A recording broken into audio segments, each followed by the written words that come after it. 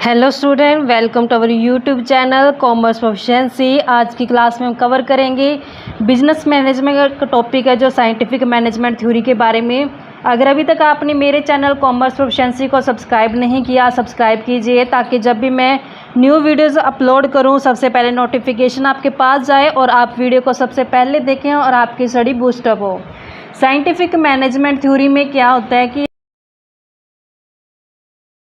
हम पढ़ते हैं यहाँ पे जो साइंटिफिक मैनेजमेंट है जो प्रपाउंड की गई थी फ्रेडरिक डब्ल्यू टेलर द्वारा। तो यहाँ पे बताया जाता है साइंटिफिक मैनेजमेंट के बारे में कि क्या कंसेप्ट है ये, यानी कि प्रिंसिपल्स क्या है साइंटिफिक मैनेजमेंट के, उसके बारे में इसने एक्सप्लेन किया गया है। कहते हैं थ्योरी और scientific management was propounded bye, कहते हैं किसने दी थी ये, फ्रेडरिक डब्ल्यू टेलर द्वारा दी गई थी। He is regarded as a father of scientific management, जिसे फादर ऑफ साइंटिफिक मैनेजमेंट बोला जाता है। एफ डब्ल्यू टेलर जिसे बोलते हैं हम, फ्रेडरिक डब्ल्यू टेलर।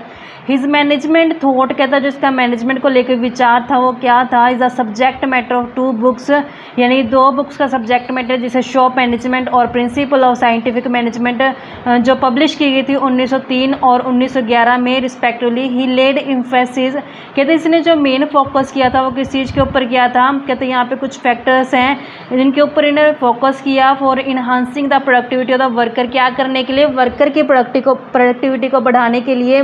यहाँ पे कुछ ऐसे पॉइंट्स पे उन्होंने इन्हांस किया, यानी कि जोर डाला था कुछ पॉइंटों के ऊपर। सबसे पहला पॉइंट क्या है, science not rule of thumb, कहते हैं कि जो साइंस है रूल ऑफ थंब नहीं है कि जैसे कह दिया वैसे ही हो गया, यानी ऐसा नहीं है कि साइंस रूल ऑफ थंब नहीं बोल सकते हम इसे।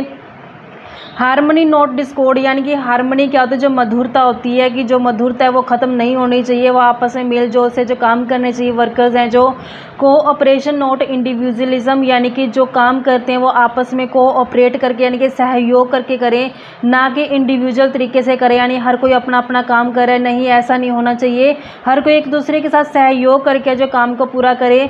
Maximum output in place of restricted output, यानी कि रिस्ट्रिक्शन नहीं लगाने चाहिए आउटपुट के ऊपर, मैक्सिमम से मैक्सिमम आउटपुट लेने की है जो कोशिश करनी चाहिए। The development of each man to his greatest efficiency and prosperity, कहते हैं जो डेवलपमेंट होता है हर एक इंसान का वो ग्रेटेस्ट एफिशिएंसी होना चाहिए, यानी कि हर एक इंसान को जो अपनी एफिशिएंसी वो ज़्यादा से ज़्यादा करनी चाहिए। प्रोस्पेरिटी जो यानी अपनी प्रसिद्धि है वो ज़्यादा से ज़्यादा बढ़ाना चाहिए, इंसान को अपने आप को जो डेवलप करना चाहिए। मीनिंग क्या होता है साइंटिफिक मैनेजमेंट का, तो यहाँ पे मीनिंग के बारे में बताया है कि साइंटिफिक मैनेजमेंट जो आज पढ़ेंगे उसका मीनिंग है क्या।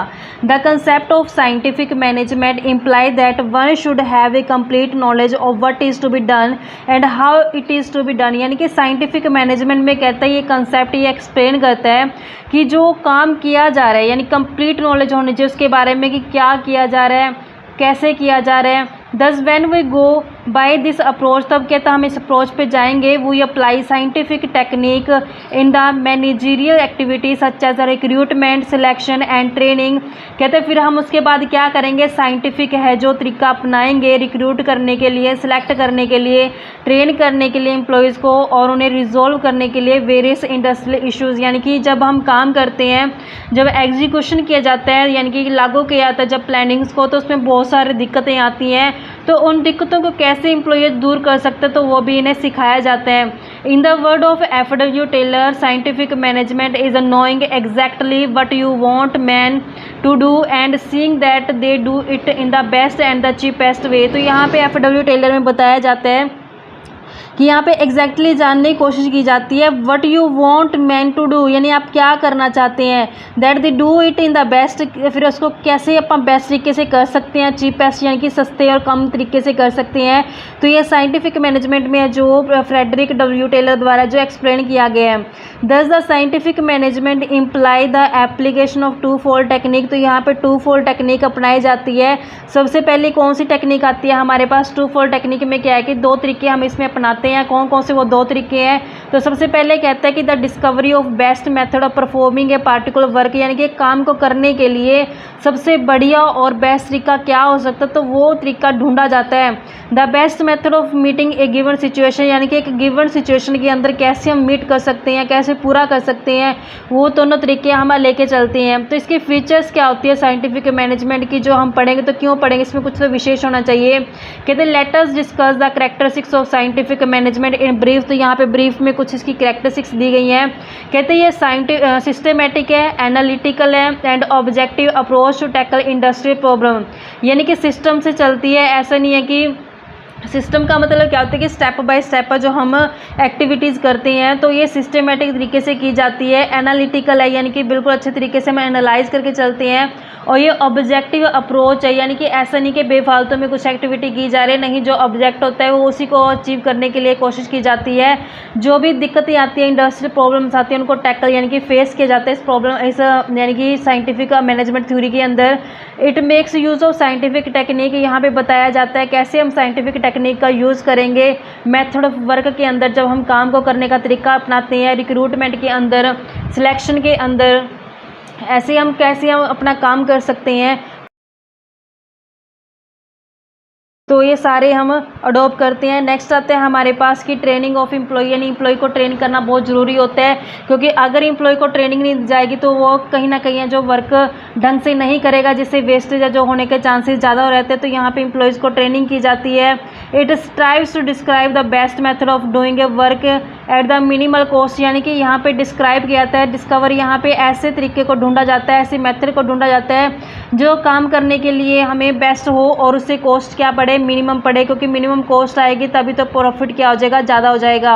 It replace the traditional method of the rule of thumb, यानी कि यहाँ पे जो रूल ऑफ थंब था उसको रिप्लेस किया जाए यहाँ हिट और miss approaches with scientific technique, और इसकी जगह क्या किया गया है, साइंटिफिक टेक्निक का जो अडॉप्ट किया गया है।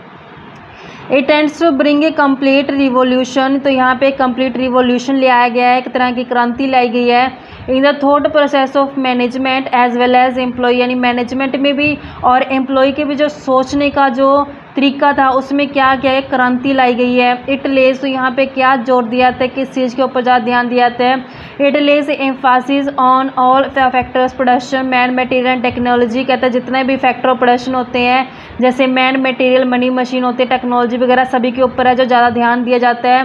क्योंकि हम जानते हैं कि मैन जो होता है, यानी कि जो ह्यूमन रिसोर्सेज होते हैं, ह्यूमन रिसोर्सेज यूज़ करते हैं फिज़िकल रिसोर्सेज को, और फिज़िकल रिसोर्सेज को इस तरीके से यूटिलाइज़ किया जाता है कि जितना भी इनपुट लगाया गया उससे मैक्सिमम से मैक्सिमम आउटपुट लिया जाए, ताकि जो अचीव किए जा सकें गोल हैं जो ऑर्गेनाइजेशन के।